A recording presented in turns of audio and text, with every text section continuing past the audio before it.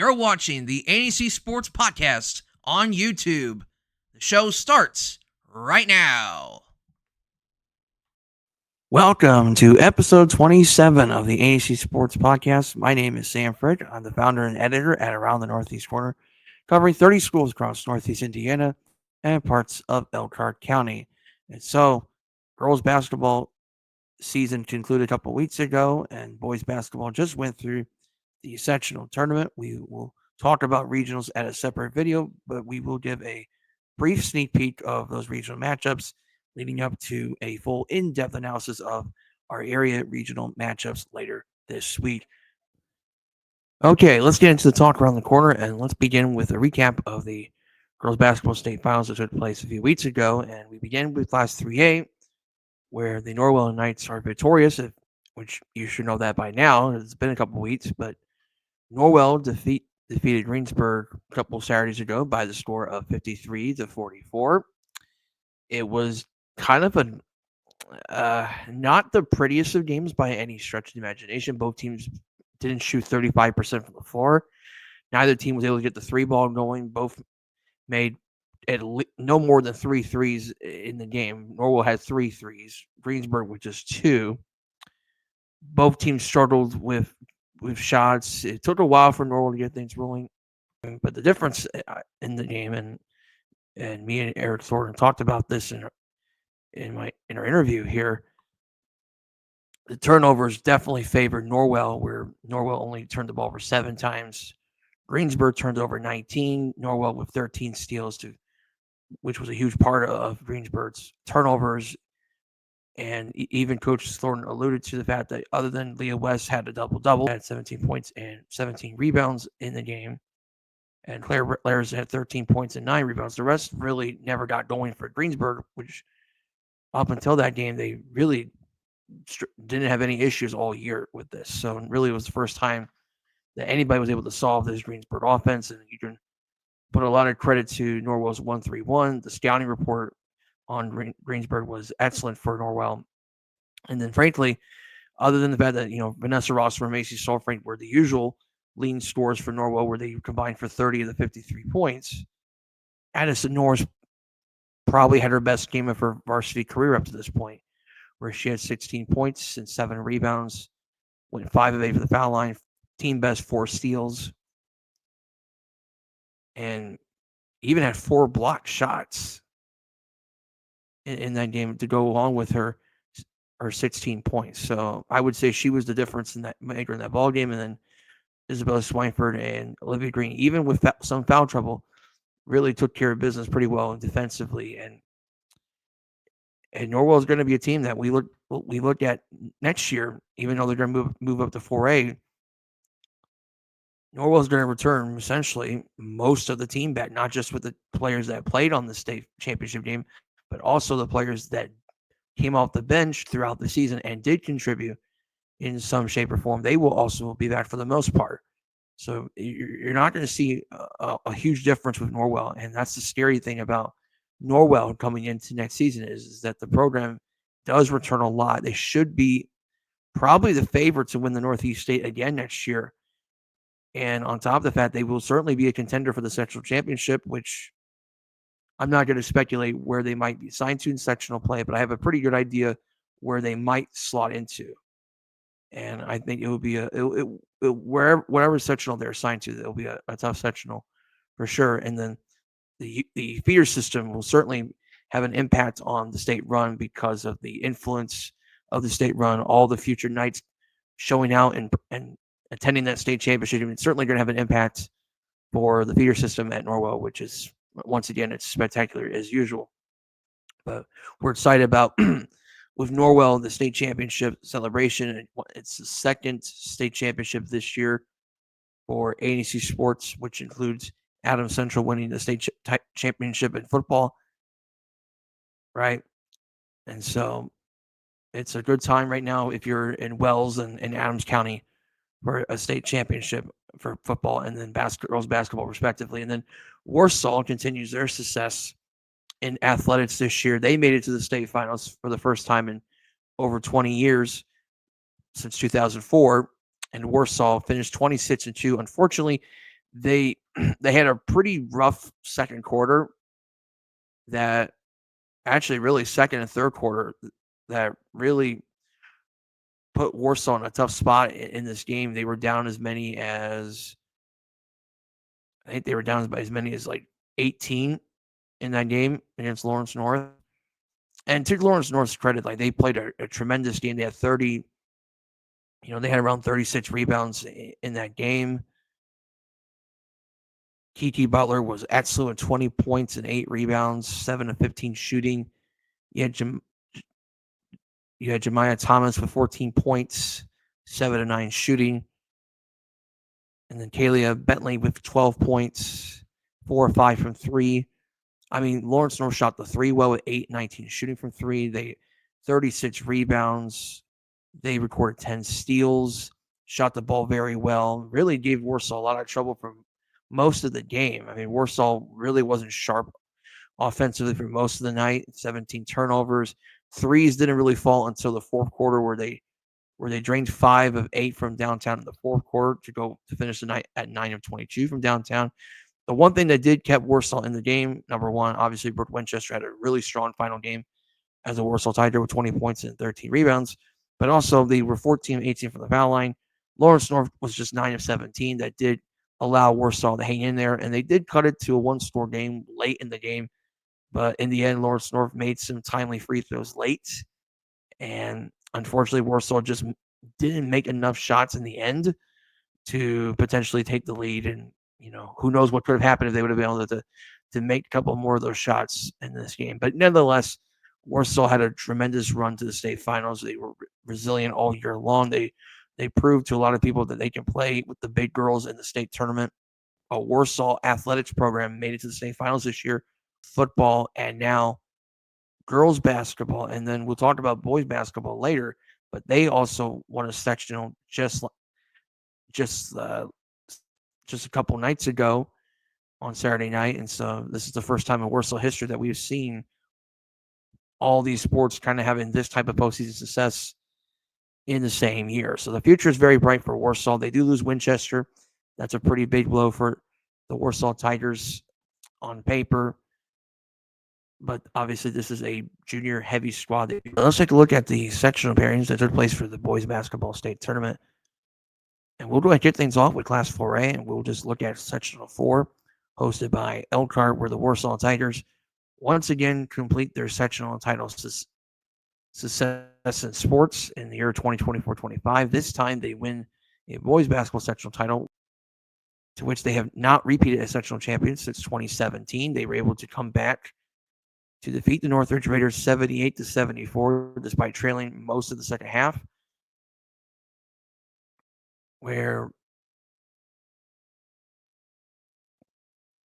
Justice made that 3 at the buzzer to force overtime for the Warsaw Tigers, and then Robbie Finlayson had 20 points in the championship game for the Warsaw Tigers as they were able to defeat their rivals, the Northridge Raiders, by the score of 78-74.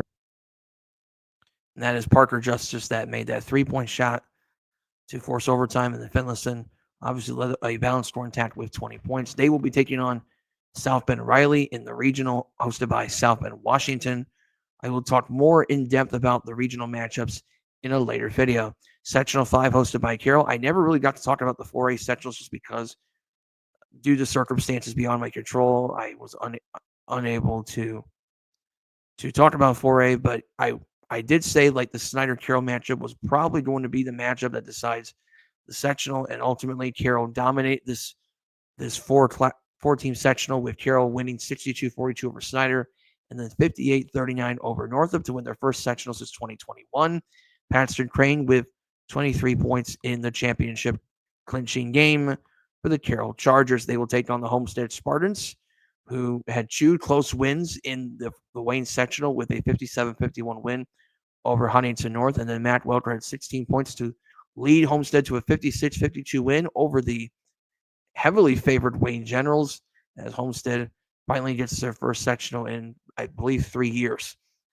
So it'll be Homestead against Carroll at the Logansport Regional. And I know there's going to be a lot of Fort Wayne people that are not going to like this, but that's just how the things roll with the IHSAA. They have their regional sites already assigned. They're not going to put one in Fort Wayne. If they haven't put one in Fort Wayne earlier, they're not going to do it now. So Logansport was the closest you're going to get. So as much as people will complain about it, that's just the way in which the regional sites are selected. One thing to note here in 4A, especially for 4A North, Fishers did win their sectional to defeat Noblesville 55-46. Fishers is undefeated on the season at 27-0. They are seen as heavy favorites again to win a state championship, but again, with Class 4A, you just never know what could happen in this classification.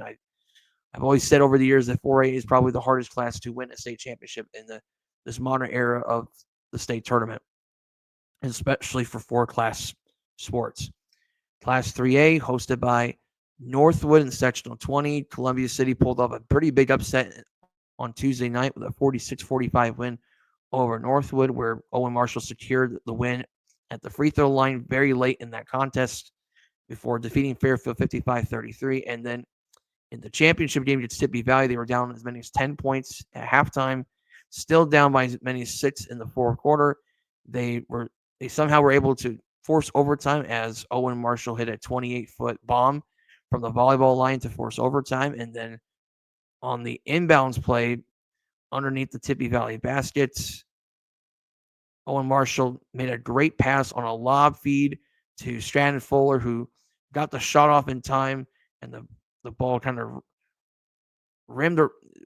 spinned around the rim and then dropped in at the buzzer to defeat the Tippy Valley Vikings 45-43 in overtime to win their first sectional since 2016. They will be facing a heavy state title favorite in South Bend St. Joseph, who defeated Culver Academy's 47-45. They have been one of the top teams in 3A all season long, and many think they might be able to win a state championship in Class 3A. They have Nick Shrewsbury, they have Chase Konizny, and it's a very talented St. Joe lineup that this Huskies program has built over the past year or so. Sectional 21, hosted by Garrett. We kind of knew Blackhawk was a favorite in this sectional, and they showed it all week long. Despite some quality teams in the sectional, I would say if you take Blackhawk Christian out of the sectional, it is a competitive sectional. But because this is Blackhawk Christian, did look worse, I should say, than I think the sectional would show on paper, as Leo did advance to the sectional final after defeating DeKalb by 10 and upsetting Garrett by 25. They did keep it close with Blackhawk for a while. It was about a 10 or 12-point game for most of the game until Kellen Pickett took over in the third and fourth quarters, where he ended up with 17 points, 15 in the second half, where Blackhawk won it 55-34. All three of their wins in this sectional came by no fewer than 21 points, and at least two of the three came by right around 30 points. And the common theme with Blackhawk was, number one, Kellen Pickett was awesome in the sectional tournament. Number two, they are a deep team with a lot of athletes. And then number three, they guarded extremely well all week long, and that's something Matt Roth alluded to when talking about how the Blackhawk Christian Braves were able to win their 8th consecutive sectional championship. It's amazing how many they have won in the span of 7 years, and as Blackhawk hopes to win their 4th state championship since 2019. I had to think about it a little bit here. So it's a nice run of dominance for the Blackhawk Christian Braves. They'll be taking on the Delta Eagles in the Newcastle Regional, to which Delta defeated Newcastle 50-37. Delta was a team that came one win shy of the state finals, where they lost in, I believe it was in double overtime in the hands of South Bend St. Joseph. Triple overtime, excuse me. They lost in triple overtime, 44-41 at the hands of South Bend St. Joseph. And while Delta is definitely a different team this year than they were last year, still a pretty competitive basketball team, although Blackhawk will be a pretty big favorite in that regional. Central 22, hosted by Belmont. We kind of expect it to be a Marion New Haven final, and it ended up living up to that hype. It was a game where New Haven led in the first half, and then Marion made a nice comeback, and both teams traded buckets. In the end, however, despite New Haven's best efforts, I think they had 3 players scoring 20 or more points, in Jamal Lawrence, Tavar Baskerville, and Jadrian Ezo. Ezo, by the way, had 30 points in the win over Norwell. Unfortunately, Marion made just enough shots in the end in overtime as the Marion Giants showcasing their excellence in basketball under James Blackman Sr. Marion, I believe, won their 71st sectional championship of boys basketball. That might be the most in the history of the IHSA. If it's not number one, it's definitely number two. I think it's between them and Kokomo for most sectional titles in IHSA history.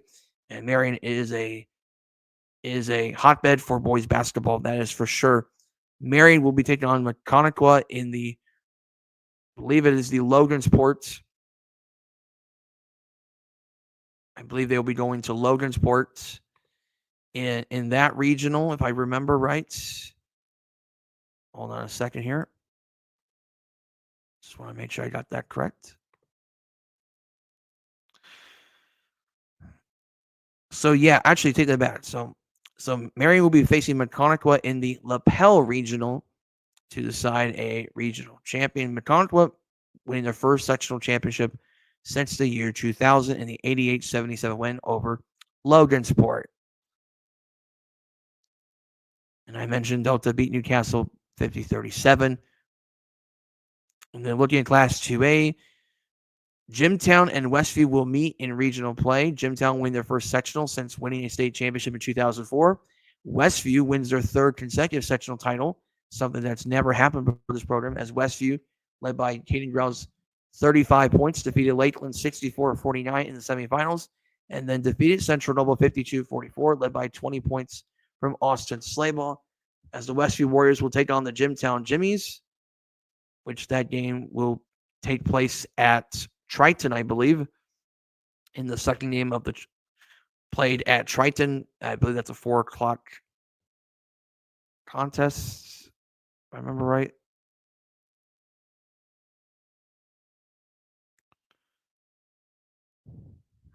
Yep, 4:00 contest at Triton. Meanwhile, we take a look at 2A Sectional 36, hosted by South Adams, and we knew Bishop Lures was going to win this sectional. It was just going to come down to by how much. But to Woodland's credit, they did put up a good run to get to the sectional finals.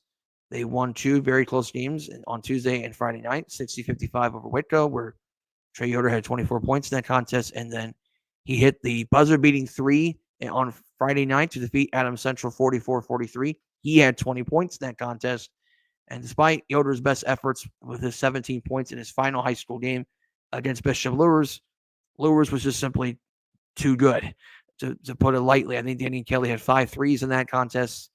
Bishop Lures wins their first sectional since 2017. And the Lures Knights will be taking on Gary 21st Century in the regional round, and that will take place at North Judson. So Lures will play Gary 21st Century at North Judson for a regional championship. And then briefly looking at 2A, also congratulations to Manchester on winning their first sectional championship in 30 years as they defeated the Oak Hill Golden Eagles 70-38, where Gavin Bennett had 40 points in the sectional championship game. And then Tipton with a 43-42 win over the Frankton Eagles. And those are going to be the two teams that will be facing off against each other at Logansport. It will be the Manchester Squires and the Tipton Blue Devils at Logansport. Should be a very enticing matchup between these two solid programs. And then in Class 1A, obviously with Trident winning that sectional, Trident will be a heavy favorite in the regional, hosted by the Trident Trojans.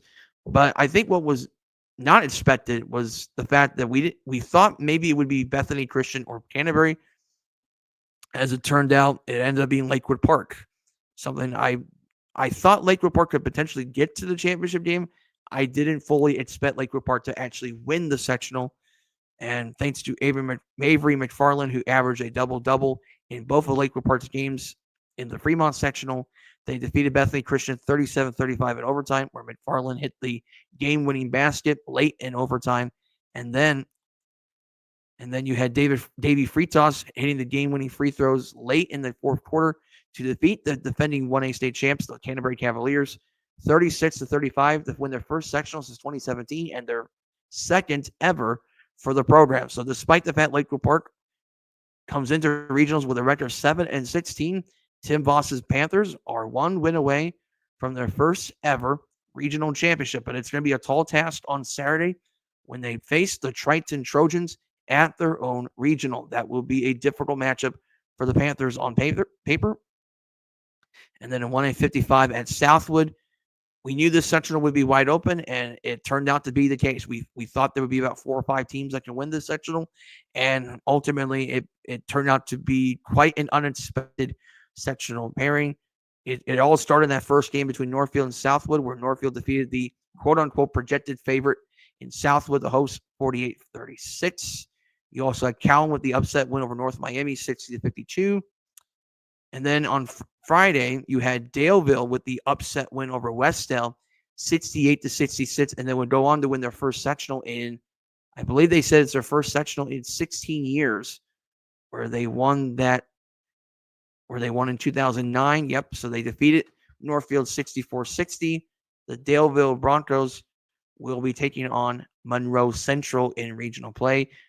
Our coverage of Daleville will be done, so we're not going to focus too much on Daleville and regionals. Our focus in 1A will solely be on what happens with Lakewood Park as they take on the Triton Trojans. Again, we'll talk more about these regional matchups at a later date, as I will put more homework and research into these matchups and then break down the matchups as a whole and see how the teams match up and what are going to be some keys for our area teams to be able to advance past regionals as well. Also, later on the show, I will be speaking with Matt Schauss of Columbia City, as well as Tim Voss of Lakewood Park, to talk about their sectional championship victories and previewing their regional opponents.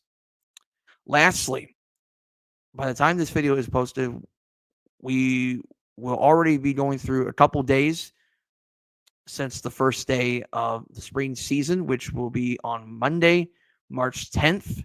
That's going to be the first day of practices for softball and for boys volleyball. Track field is already underway, especially during the indoor season. There's probably at least 1 or 2 indoor meets that have already took place since then. So hopefully as the winter season does wind down, I will be able to put more effort into talking about the spring season and talking about track and field as a whole. But because there's just so little going on, right now in the spring season, I'm just putting it kind of in the back burner right now until they can start to wind down with the basketball season. If you haven't seen it at NEC Sports, we will be doing game of the week previews for baseball, softball, and boys volleyball. Our first ones will begin in a couple of weeks, as I will preview the softball game between Leo and Woodland. Hopefully, I will have an interview leading up to that matchup between these two teams as we look ahead to the softball season. And then also on the 26th, Heritage will take on Columbia City in the first sanctioned IHSA boys volleyball season. I know there's been boys volleyball in the past, but this is the first time that the IHSA is sanctioning this sport. So this is our first time really talking about boys volleyball in a greater spectrum.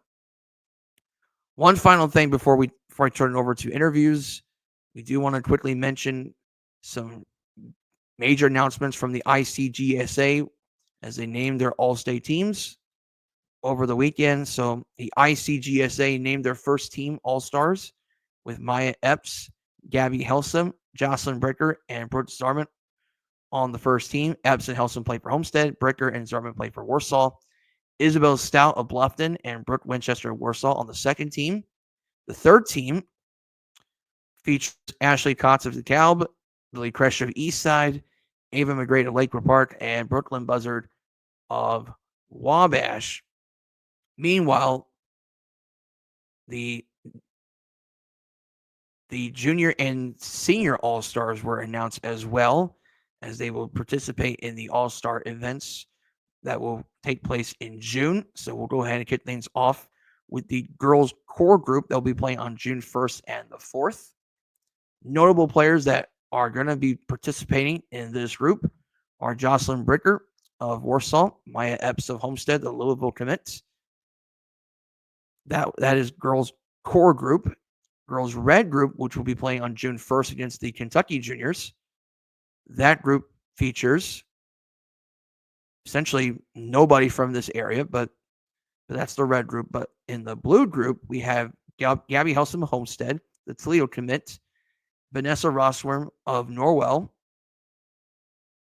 Brooke Zarman of Warsaw, the Miami, Ohio commit, and then we have two coaches participating in the blue group in head coach Lenny Krebs, and then Amy Shear, Columbia City, will be the assistant coach on the blue group, who they will be facing the Indiana Seniors on June 4th. Also, keep this in mind that Addison Baxter and Brooke Winchester are taking parts of the senior class for the Supreme 15, I believe it is, for the Indiana All-Stars. So you have Addie Baxter and Brooke Winchester highlighting the area in terms of participation for the All-Star events. More information will be out as we get closer to June, when the Indiana Kentucky All-Stars do participate later on. All right. So that is going to do it for the talk around the corner. And now we will turn it over to our interviews.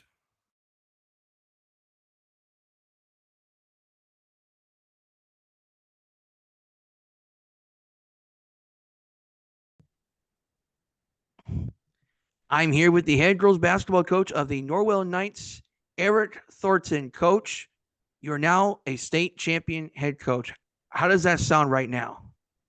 Oh, it sounds great, Sam. It's something we've worked a long time for, and just really happy for our players and for our entire program.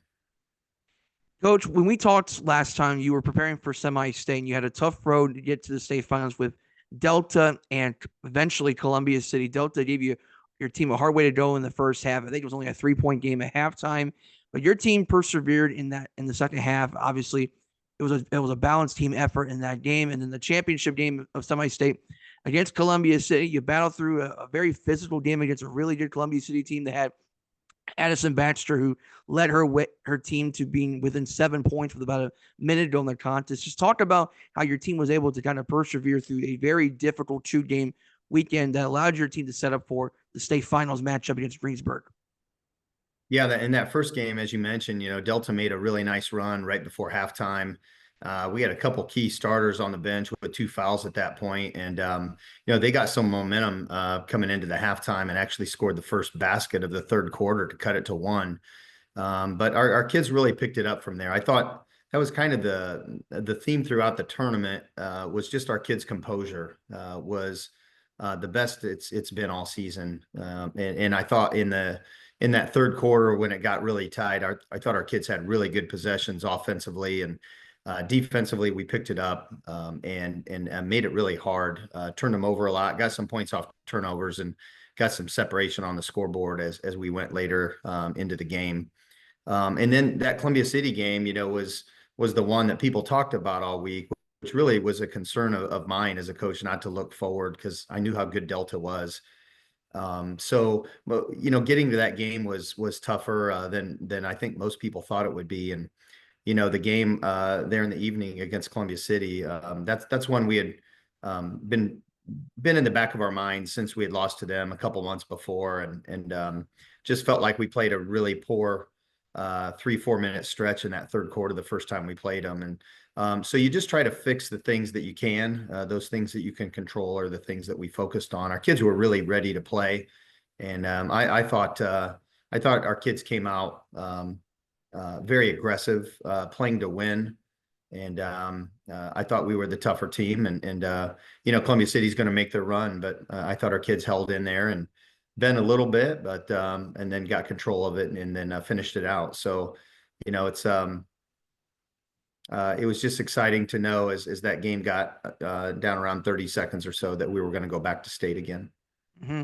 Obviously, Baxter was going to get her points with 27, even though she did foul out late in the game. She was going to get her points no matter what. But I think the big difference was besides Baxter, nobody scored. I don't think anybody got double digits at Columbia City in that game other than Addison Baxter. Nisa Tonko, for instance, 25 points in that first meeting, held well below that number in the semi-state championship game. And that was a testament to your defense, especially with Isabel Swineford on the glass, right? And then Macy Sawframe making some big plays on both ends as well. And then Vanessa Rossworm just doing Vanessa Rossworm things in that contest as well.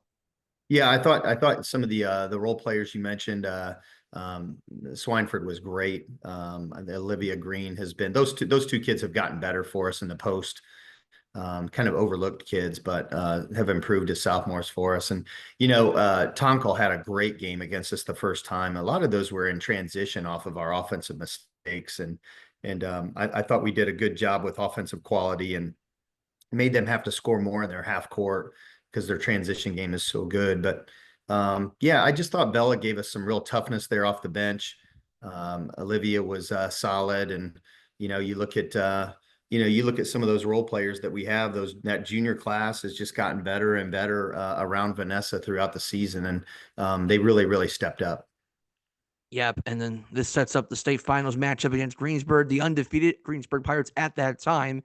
They had kind of steamrolled through their competition all season long. Obviously, they have a nice group of players on that team with Claire Larison and Miley Wilkerson, Leah West, right? It's a really talented Greensburg team coached by a very good coach in Jason Simpson and whatnot. What were some of the concerns coming in that matchup? Because I think many people, including myself, thought even though Greensburg had a talented backcourt, I felt like the concern on paper was the size inside because of what Leah West can do inside. And even in that victory in that game, Leah West did cause some issues in that game, scoring 17 points, 17 rebounds in that state finals game.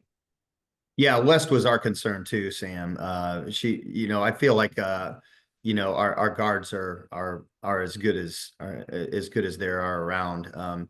And defensively, I think our biggest question was how are they going to attack our 1-3-1? We've seen a lot of different ways that teams will attack it this season. It's about 6 different ways that we covered. So, if they do this, here's our adjustment and so on. And we reviewed those all week. Just mentally, our kids were ready. And they tried to, they put West in the middle and just tried to pound it into her. And she got some offensive rebounds and a couple direct passes inside. But for the most part, we really made her earn her points. I thought we did a good job of being physical with her, but also just, staying straight up and not trying to give her too much at the foul line. But I think that was the biggest concern. Larison was the other concern, being that 5'11" guard with length. She's so slippery and can penetrate well and can create her own shot. But I thought we put her in a position where if she was going to score, it had to be more inefficiently than in the past, where it seems like down south, Sam, everybody plays man-to-man half court. And so we really had a hard time getting film on them playing against zone, let alone a 1-3-1. So there was a little bit of a guess on our part on how they would attack it, but they were pretty singular in their approach. And West got hers, but we didn't really let anybody have a big game outside of her. Yeah, I mean, Larison had 13 points and 9 rebounds, I believe. Everybody else was held well below what they normally would produce. I think the other key factor, too, when we talked about the defense of Norwell, Greensburg committed 19 turnovers, 13 offensive steals, and you only turned the ball over 7 times in that game. That was probably one of the big differences because neither team shot 35% from the floor. Nobody made more than 3 threes in that contest. And then on the offensive side, Rossworm did get her points here and there, but she had to earn a lot of her offense because of Greensburg's defense. But really, the emergence of Addison Norris in that championship game was really what set the tone early. It was 16 points and 4 steals and 7 rebounds. Really, Addie Norris kind of was, on my money, the player of the game for Norwell in the state finals. Yeah, I thought Addison, I thought that was her best game that I've ever seen her play at any point in her career. And I think that's we needed that. I thought Addison's offensive play, but also thought her defensive play on the baseline there with, getting steals or tying up kids, even block shots. She blocked West that one time. I mean, she was not going to let us lose. Vanessa was Vanessa. Macy was Macy and so on, right down the line. But I thought Addison really elevated her game. And I think that'll be a big springboard for Addie going into next year. You know, to play a game like that on that big of a stage where we really had to have her do that was great for her. And I think I think that's exciting to think about next year. You know, how she can use that as confidence to know that she can play at that level against who some said that Greensburg was good enough to win the 4A. That's a strong statement, I know, but I did hear some people say that, and I think we were the underdog outside of our area. I think you knew and we knew how battle tested we were and how strong our schedule was, but outside of this area, I don't think there was anybody that was picking Norwell to win. Yeah, I would definitely agree with everything you said about that. And obviously, when we talk about the state finals, it's one of those once in a lifetime experiences. We talked about it in our last time we talked about the history of Norwell girls basketball, 50 years of the girls basketball state tournament, a lot of history with Norwell girls basketball. Now you get this state championship and be able to do something for the first time ever for this program. What was it like to be able to celebrate with this team, with the community in Norwell, to be able to celebrate with your family and be able to say you're a first time state champion? Yeah, that's still sinking in, to be honest with you, that the whole feeling of you know, being state champs. You know, last year I think getting there really helped us at this trip. I thought it was very businesslike. Our kids were very they're excited, but their eyes were on winning it. The whole week I think was just that calmness and that just that focus that our kids had. But you know, after I think when there was about 20 some seconds left, and I think Greensburg had committed a foul on us, and our kids were making the trip down to the foul line. I looked at our assistant coaches and just kind of smiled, because you could let yourself think at that point that we've just won. And the feeling of you know, our players just being happy for them, being happy for our coaching staff. We've had the same group of coaches for many, many years now that we've been together, and have just seen groups come close before. So happy for our players and our coaches, but then for our whole community. We had a lot of former players, parents, former coaches, just all our feeder system players and coaches in the stand. It was for everybody. And you know, my family being there, my parents and my older brother and my wife and kids, and just being there to celebrate that together, that huge accomplishment. It was incredible feeling and then to spend time with people, and then you check your phone afterwards, and you know, your phone's just blown up, and you're getting back to everybody, because they mean so much to you in the program, and everybody's so happy for us. And it was just it was an incredible feeling, Sam, and very satisfying to do that for all of them, because we've had some really, really good teams in the past that were good enough to do the same thing, and sometimes things just don't work out. But I think everybody shares in this. Yeah, hundreds, if not thousands, of people representing the Norwell program got to witness something that's never happened before, and now you're a part of this history. Obviously, the winning the state championship is going to be something you'll remember forever, right? But what are some other things that you look back on this season that are also going to resonate with you about this season's team, and even last year to some extent? Yeah, I think last year is where you start, because that group really kind of paved the way. You know, the pathway for us to win the state doesn't happen unless last year's group did what they did. I don't think there's any question about that. So many, many thanks to them. And I also think you just look at the journey.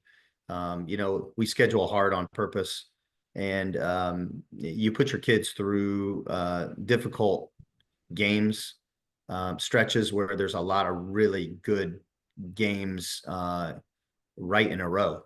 And we look back to November and December, especially for that.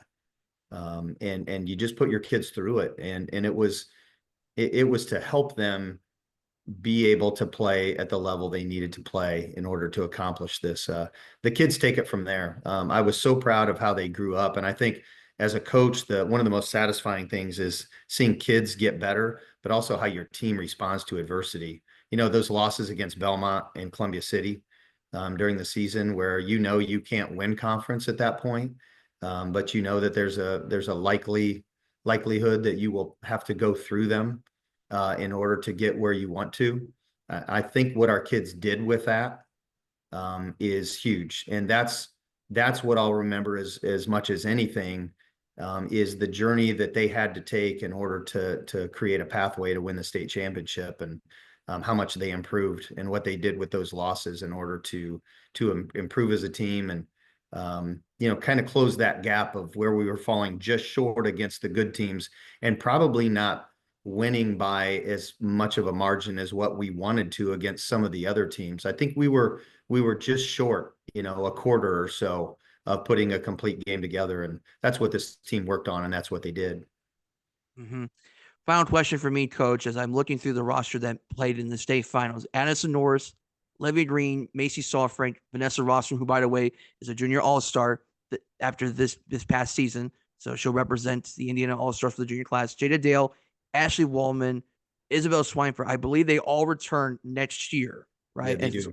Yep. Okay. As That's well as correct. additional, most of the bench players that did not play in the state finals, most of them also return as well. So you return a incredibly experienced team, which is always important whenever you try to repeat what you're doing right now this past season, trying to continue that into next season. How much does having that experience of playing the state finals 2 years in a row and now winning the state championship, how much does that feel not only for this group that's going to be back next year, but also for the future Norwell players coming up and see what's going on right now with this program? Yeah, as far as our roster, and and the Larkin Smith's a part of that too, and Haley Williamson, and also Mia Kurtz, Carly Strunk, and then Eden Nash. Those kids didn't get in the game, but they were a huge part of our success this season. And I think whether they got on the court or not is going to be so helpful for us next year, especially as we tackle 4A, in the state tournament, which is going to be another challenge that this group will have to work towards. But I think this year's group proved that you didn't have to get on that court in order to use that experience for your advantage. And I think this group will do the same thing, whether they got on the court or not. I think is going to be a big boost for our kids. We return everybody who played in that game, plus more. And so very exciting to see what our kids can do with that. Our schedule is already pretty well set for, to play those bigger schools and the really good teams in our area. And even over, we'll go to Warsaw next year, and Northridge will come to our place. We'll go down to Cathedral, and some of those really good teams that prepare you for, what we'll have to face. So it's not going to be easy. In fact, you can argue that it'll be harder for us just because when you win the state, obviously, the target gets even bigger on your back. But I think our kids will respond. I think they'll know they'll have to work and earn it, and be deserving. And those are the things that motivate our team. And that starts here pretty shortly. But excited about what we have coming back for sure. And also, you mentioned the youth, that were there. We probably had 60 to 70 of our feeder kids from 3rd through 8th grade who were in the stands with "We Are the Future" on the back of their shirts. And those kids will remember that too for the rest of their lives. And they want to be Lady Knights. And that's exciting because I want them to dream big as well. I want them to believe. And already some of them are talking about how they're going to get back down to Gamebridge when they get to that age. That doesn't guarantee that it's going to happen, but it's certainly something that we want them to understand that you can do this too. And if you put the work in, if you're a good teammate and all those things that a really, really good team has, I want them to believe that they can accomplish it too. Well, as they say, business as usual for the Norwell girls basketball program as we did in the off season, transition to next year. It'll fly by really fast, as you know, Coach. It goes, Yes, it will. off season always goes quick. But Coach, thank you for taking time to talk about the Norwell Knights once again. And again, congratulations on winning the state championship. Thank you, Sam. I appreciate you having me on again. And it's great, again, talking to you about our team, and just very thankful for a lot of things. So I appreciate it. All right, Coach, you take it easy for this offseason. All right. All right. Thanks, Sam.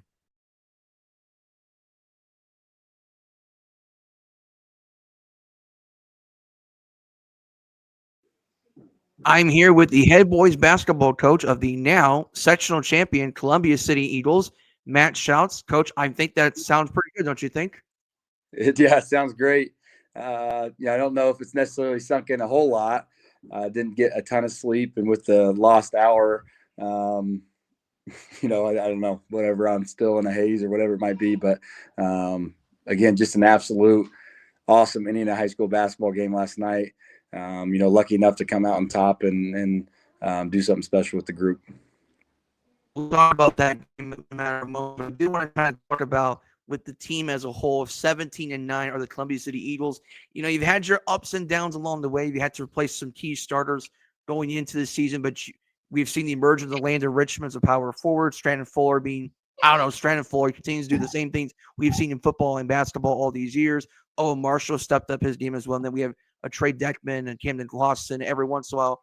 And Josh Eberly stepping up as well, winning a share of the Northeast State. Many didn't really saw that coming per se and whatnot. Just talk about the season as a whole and how this team is able to improve over the course of the season.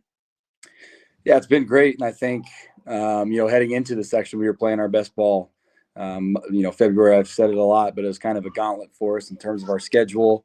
We had a lot of games in the NE8 that had a lot riding on it to become co-champions with New Haven. So, we found kind of a little rhythm. The guys obviously grew some confidence with some of those games, even that we might have lost. The tough one against Northridge, a tough one against South Bend Riley. A couple weeks later, we get to go on the road and play Bishop Lures and found a way to win that one. So, just all the guys stepping up. They've all bought into their role even early on, but just getting that confidence, having more varsity experience. With the loss of 4 seniors last year. And like you said, you mentioned, a lot of those names, but Lane and Richmond's obviously been really big for us. Just kind of a breakout year and such a big jump from a sophomore year. Stratton Fuller being Stratton Fuller. Owen Marshall, I think, is playing his best basketball right now. And all those guys around, Trey Deckman, Caden Berna, Josh Everly, Camden Clausen. But even the guys who might not see a ton of time, the Cal Miller, Braden Elkins, Tyler Waybright, Gavin Smith, Ian St. John, freshman, like these guys helped prepare us for this week. And they were our scout team. They did an excellent job. They gave us a great look. So just proud of all 12 of those guys. Couldn't be happier for them. Talk about what this team is away from the stats. Like, talk about the move of the team and what makes this team kind of what they are. Yeah, just like any team, I think you want your guys to get along, but I don't think these guys not only they get along, obviously, but they love each other. They care for each other. They want to see each other be successful. And I think a lot of coaches say that sometimes because that's what they're hopeful for. But I think it's true with this group, right? They don't care if they score 2 points, we win, or if they score 20 points and we lose. Like, they want to make sure we score one more point than the other team. And I think, this past week in particular, you could definitely tell that, right? We're kind of down and out a little bit. In some people's eyes last night, being down 6 with a minute left, being down 10 at halftime, things not looking great, not being able to score the ball at the level that we're kind of used to. So they just want to see each other be successful. And I think when you have that as a coach, you can live with some of the outcomes, even if they might not go your way. Mm-hmm. And obviously with the sectional, you drew Northwood in the first round of sectionals, and Northwood was seen as the on-paper favorite in that sectional. But this is a team you played pretty competitive earlier in the season. I believe it was like after the holiday break and whatnot, and you wasn't quite 100% that night. Still only lost by 13 points to a pretty good Northwood team. So you came in the sectional, you knew you had a chance in that game against Northwood, and obviously it was a back-and-forth game all the way through. And then Owen Marshall comes up with those big free throw late in the game to kind of seal it for the Columbia City Eagles. Let's talk about your team's resilience against a really talented Northwood team that had the Everham brothers, Maddox and Miles, as well as Tyler Roush, who had a great career in Northwood. Yeah, it's kind of my message before the game was like, I think the only people who really actually believe that we're going to win this game are in this locker room right now. And I'm sure some of our fans and parents and, family members may think the same, but I knew this group in that locker room knew that we were going to win that game. And again, as you mentioned earlier, like those kind of ups and downs that we had early on, we learned from those. We grew from those. And there was multiple times, in that Northwood game, in the Huntington North game, where we have leads and it's a close game down the stretch. We can't finish those out. So they've learned from those things, got better from those things, and made enough plays to do it at the right time, because you don't want to go home. And they made sure they weren't going home that night. Right. And then you build off of that confidence with the win over Fairfield. That it was like 55-33, a good Fairfield team that your team was able to take care of business against the Falcons. And then you had the big game last night against Tippy Valley under Coach Luce. And this Tippy Valley team, one of the best defenses all of Indiana, regardless of class. And you mentioned that they gave you some trouble that game last night. And, they were up 10 points at halftime. You have Kutsi on that team and Akasi on that team. They're just a really nice basketball team all around. And then, obviously, as things went along with this basketball game, eventually Owen Marshall is what I'm referring to, hit the three at the buzzer from the volleyball line to force overtime. And then on the inbounds with 1 second left, Stratton Fuller just doing what Stratton Fuller always does, making a big play, gets the lob and puts it in at the buzzer to win the sectional championship. Just talking about the emotions coming out of that shot to win the game, and just the moment that that this Columbia City team won a sectional championship. Credit to Tippy Valley first, like probably the most physical. I would probably say one of the better, if not the best, defensive teams that we played against this year. Just their on-ball pressure was great. They were physical in the post and great off the ball in gaps. Like, we couldn't find anything real easy. I think the first couple of possessions of the game, we got some layups to land in off some of our actions, but then we kind of had a little dry spell there in the second quarter. But I think the biggest part of that was just kind of about the look about our guys, because they were being physical. They were pressuring us. I just didn't like the look of us, and we weren't looking to attack, or whether try to get to the rim or get somebody a shot or finding ways to get post touches. I just think we're a little hesitant in that second quarter for whatever reason, and we responded pretty well. But yeah, obviously late there, got to draw one up for Owen as best as I can draw it up, and I was hoping to be a little closer than 28 feet, but ended up working out okay. And then there at the end, we had a chance to call timeout early there in the overtime. I kind of just like to let our guys play. That's kind of how I coach and how I've done it. So there at the end, I let them play. Nothing really comes of it. So then I call a timeout, and then it's just like, get the ball to Fuller, right? He's kind of does this thing for a living, it seems. So tried the side out of bounds play and just kind of lob it to the other side of the floor to let him make a play. They tipped it out. Find Fuller again, and he's going to put it in. So pretty amazing. Yeah, I'm counting about 6 of these plays that's happened since you've been the head coach at Columbia City, and it seems it happened the last 2 years, and most of it being Stratton Fuller. And then I remember the shot from Aiden Denning just last year to help your team win the share of the NEA just last season as well. So it's been a good time for Columbia City basketball, and this is the first time in the history of the school that you have both basketball teams winning a sectional championship, which is nice considering the girls making a deep run in the postseason this past season. Nice turnout with Columbia City, and then obviously you got to win the sectional championship with your family. Your brother was at that game, I heard, and so obviously it was a very special moment for everyone involved. Yeah, just awesome experience. And again, I think when I take some time after the season and look back through pictures and watch the film over again, and just kind of sit down and think and reflect, just how cool of an experience it is. And again, it's just something I wanted for these guys. Always wanted for my teams, but these guys, I know that they were a special group. I told them that in November. I told them that before the game. I told them that when we were down 6 with a minute left, like something special was going to happen.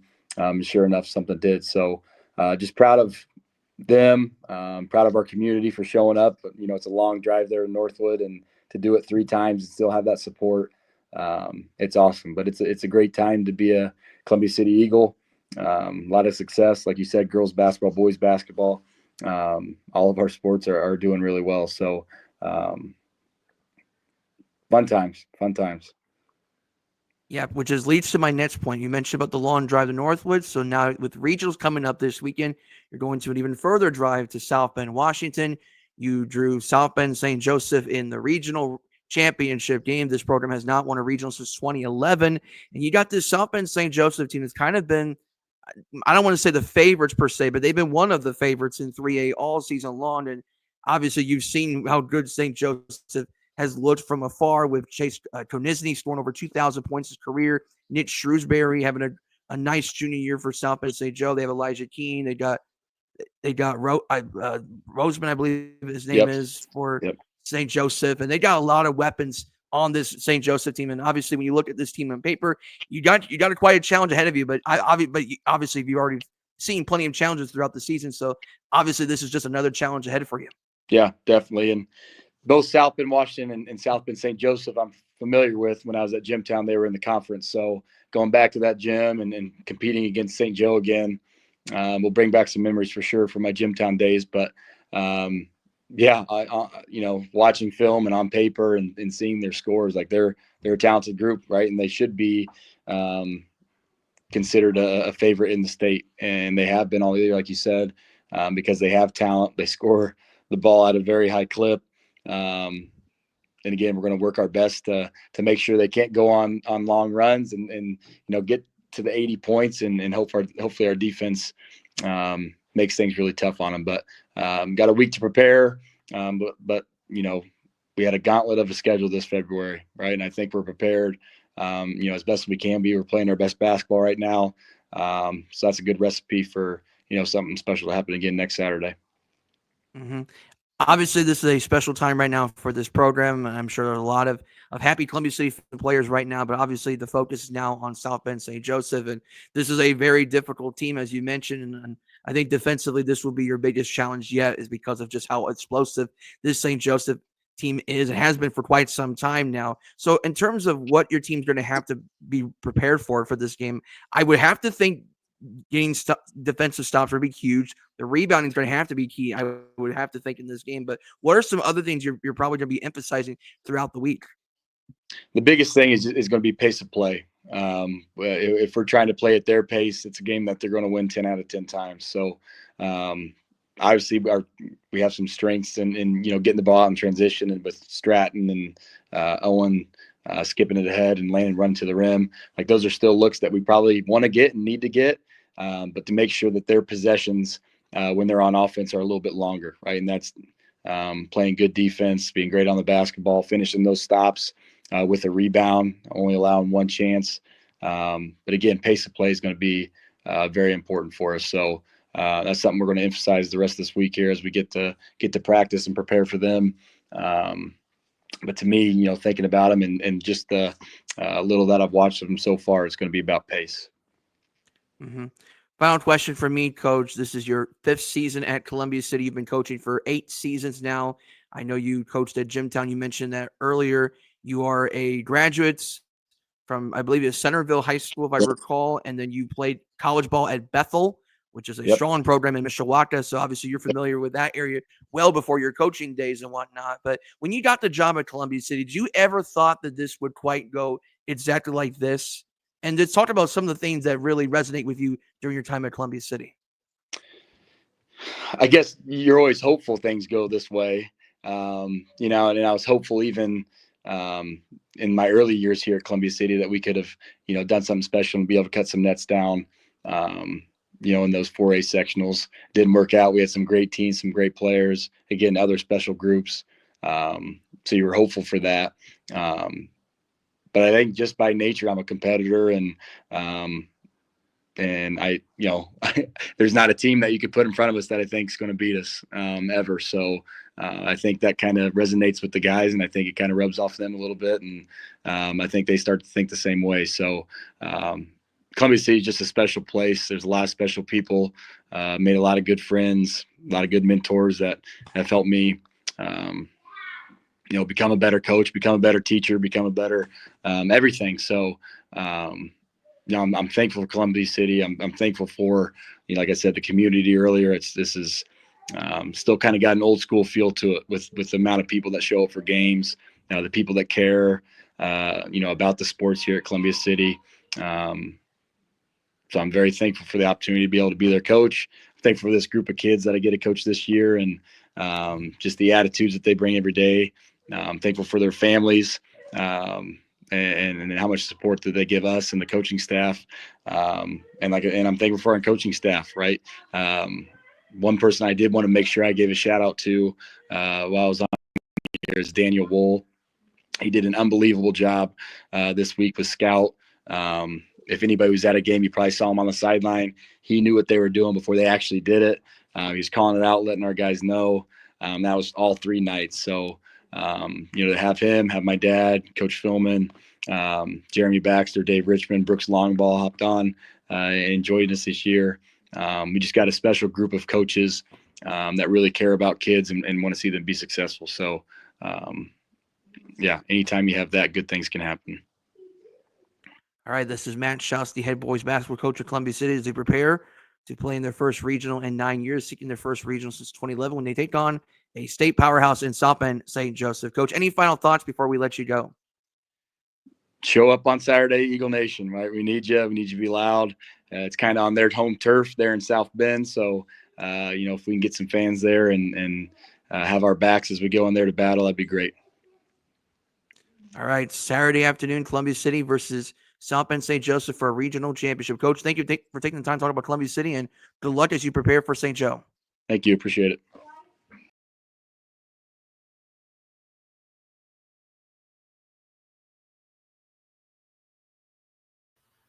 I'm here with the head boys basketball coach of the Lakewood Park Christian Panthers, Coach Tim Voss. How are you doing? Good. Thanks for having me, Sam. All right. Before we talk about your team, let's talk about your background into coaching. You've been coaching for a few years now, but what got you interested in the job a few years ago at Lakewood Park, and how has it been the process leading up to this point? Yeah. So a little background on me. I kind of walked on at Taylor University under Paul Patterson when he was there. And, he's a legendary coach back in the day when he was playing there. And so learned a lot of just the kind of pack line defense, fundamental type stuff, and just running practices, you name it.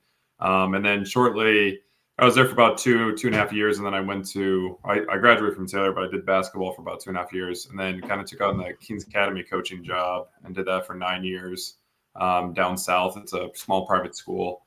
And shortly after that, I moved to the Fort Wayne area and then started working at Lakewood Park and had the JV coaching job, took a couple of years off, and then got the head coaching job. And I've been here the last 4 years, and it's been fun getting to this point. Yes, and you look at this team, and you got this really talented junior in Avery McFarland, who's averaging a double. Doesn't happen very often like Park these days.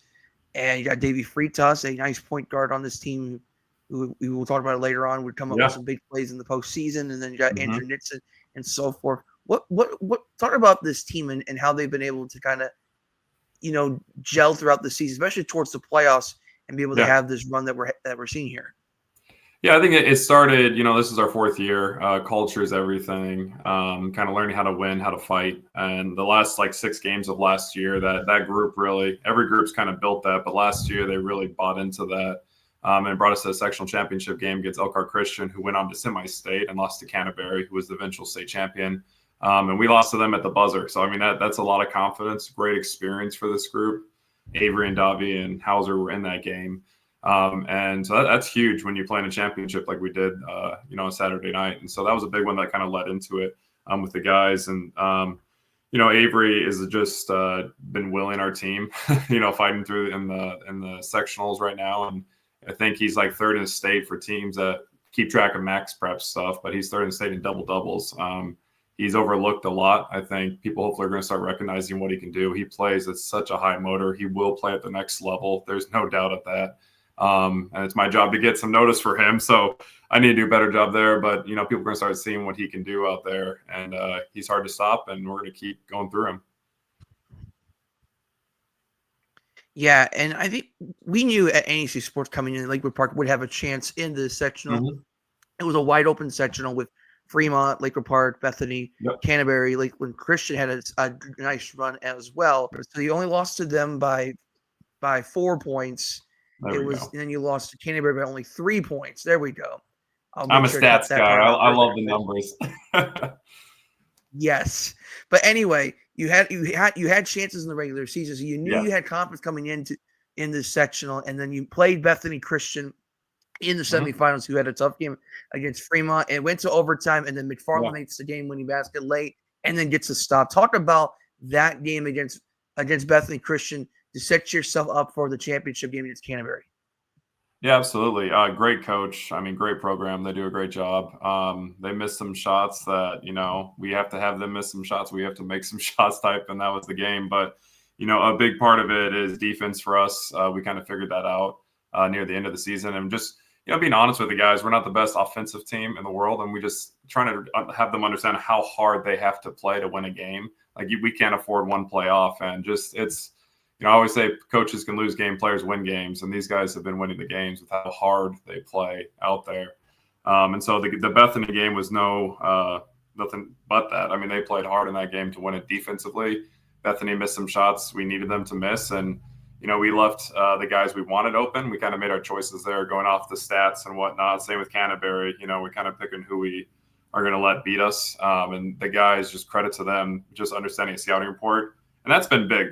These guys are smart. They can understand the scouting report, and that's a huge part of it out there. And so that was a big part of the win. And Avery went off. I think he had 21 and 19 rebounds in that game, and he was just a force. It's the will to win. X's and O's are important. Game planning is important, but it's who's going to kind of punch each other first, and just you kind of throw all that stuff out the window. And we've been playing physical, confident. And that's a big, big part of the basketball game. It's just the mental side and that will to win. And that's the biggest thing we've seen. And they're confident. Yes, and that is correct. It was 21-19 against Bethany Christian in that game. And then the sectional championship game was Canterbury, as you know, defending state champions from last year. Although they did lose a lot from that team, it's still defending state champions, and they still played pretty decent against the 1A competition. So you knew you had a tough game coming in. But I think when you look at the stats in general, Lakewood Park won the rebounding battle in that contest. They were also more efficient from 3, 4, 7 from downtown. I think Canterbury had the same number of threes, but took more of those 3-point attempts. So the defense on the perimeter was very good in that game. And then obviously McFarland was still being Avery McFarland with his double-double, but then you got Andrew Nitson with 9 points. And then free throws with a couple of massive free throws very late in that game to seal the win. The first sectional championships 2017. This is only the second team to ever do this at Lakewood Park for boys basketball. Talk about that feeling when you won that sectional championship. I didn't show the passion I probably should have, run into my team. I watched the video now, and I'm kind of just naturally just going to the, get handshake or something like that. Cause it's so much the process, what this means for the program. 100% credit to the guys. You got to have the right people, the right buy-in, again, players win it. And I cannot be more proud of them, our fan base, for just sticking through hard times. As a 1A school like Canterbury, we don't play a very easy schedule. They play a little harder than us, but we play a hard schedule for a 1A. A lot of people look at records, but, we play for championships as that mindset 2 out of the 4 years we've been there. And that's what we build the whole year. And I know Derek does that at Canterbury. He is such a good coach, but he doesn't care about the regular season record. We don't care about that. We care about the product at the end of the year. And we love the product we've been bringing. Credit to those guys. And those are 2 teams. I was just watching Derek on the sideline, just his passion for the game. It's fun to watch. We both really want that. And it's just a group that is focused, playing every possession, every play, 100%. And it was a fun game to watch. Maybe not if you like offense. It probably wasn't the most exciting game, but it was just an honor to coach that group. It don't matter how you do. It's just a matter if you did it. And the defense won that sectional for Lakewood Park Christian. And we at ANEC Sports, we talked about some of the teams in the past that have won a sectional despite a regular season that you would never expect to win a sectional championship. What does this season what kind of lesson can we learn from a season like Lakewood Park, having to go through the struggles of the regular season, playing it as an independent, obviously, as a school, playing through a tough schedule, but still be able to come away with a sectional championship despite the record being as it is? Yeah, I mean, the season is just prep in a sense for the postseason. Like, obviously I hate to lose. We all hate to lose. But the biggest thing is your self-talk. We talk a lot about, like, controlling your thoughts, especially when you're dealing with 14 to 18-year-old kids. It's what's going in your head. For example, if you have a turnover, so many people can just think about that. Or maybe they miss 3 shots in a game, and that like 3 or 4 seconds in a whole 32-minute game a lot of players spend a lot of time frustrated with that, and it affects the rest of the game. And so in our season, we were down a lot. We had some tough losses. We had adversity, but it's your self-talk, and you see that development throughout the year to build championship culture is what are those kids talking to themselves? And when you start having that confidence, you just play the possessions and control your, like we talked about, the emotional circle of just giving all your energy to it. You don't focus on the refs, the crowd, the other things or turnovers. You just focus on that circle. And this group got that, especially at the end of the year. And then once you get to 1A, similar somewhat competition, if you can be the more mentally tough team and just play every possession, going through the adversity throughout the year, you can handle anything. And playing against good competition, we've seen every press, we've seen every 1-2-2, whatever it might be on defense, offense, speed, not speed shooters. So the guys are so prepared, and we're just always on that. Hey, when sectionals come, you'll be ready. And it could have not fallen our way. Canterbury could have made one of those threes, but it doesn't mean you weren't a champion in the way you played. And they did that, and we're thankful it fell our ways. And kudos to Davi. I mean, I don't think I can make those shots, and he was just so mentally focused and just like in control. And hopefully that's something we can carry on against a very good Triton team who we feel, confident against. But we'll be prepared on that, and I know we'll talk a little bit more about them. Yes, and so this is Coach Tim Voss of Lakewood Park as they get set to take on the Triton Trojans. They will be going to Triton on a Saturday at, I believe, 1 o'clock at Triton. That is going to be a tall task on paper for your team because Triton is a historic powerhouse like Canterbury in basketball. Triton's 22-4, if I recall. Very nice team, played really good defense. And so I don't know, what are your impressions with Triton based on what you've seen so far and based on some initial practices? Well, again, we play a great schedule, so we play against excellent talent and very well-coached teams. So the preparation for these guys is nothing new there. When I see Triton in the 1A, extremely well-coached, all the respect to coach there, and just their fundamentals, how they play connected on defense. We love defense as well, so seeing it's like this just gets my juices going. I love it's at Triton. I love the adversity that's in it, the challenge that everybody's against us type mindset. It's going to be packed in there. It's going to be loud. Man, we welcome that. We relish that. And so that's nothing that's going to, I think, mentally affect us and going in there. If anything, it's going to amplify us. We played at Blackhawk Christian a couple of years ago. They were supposed to just destroy us or whatever, and we came out, won the first quarter, and obviously they were way more talented. They won the game, but we tied it up in the third. And just like those type of things, or like the environment, everything says you should not handle this. Our record says we shouldn't. It's at this record. They have a 21-4 record or whatever it is. We relish it is what I'm trying to get across, and we're excited for that. So all respect to them. We know what we got to do, but we'll be prepared. All right, we should expect a nice atmosphere at Triton with Lakewood Park being expected to bring a decent crowd as well for this matchup at Triton, a true underdog matchup. But obviously, you're experiencing that underdog mentality. Final question for me, Coach. This is your fourth season as the head coach of Lakewood Park. You've been there a little bit longer than that beforehand in different roles. This community of Lakewood Park is quite unique. It's a small private school in Auburn, Indiana. Nice little community. Very strong support from the Lakewood Park community. Talk about what it's like being part of the Lakewood Park Christian community as a whole. My goodness, support. It's been incredible.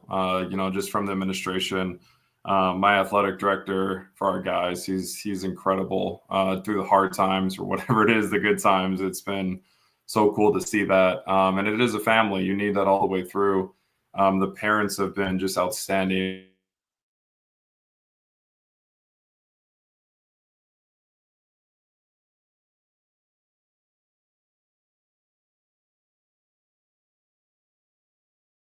Having great support from them. They've been showing up at games. Our student section's been awesome, and it's an honor to coach there. And it's a fun small school up in the north here.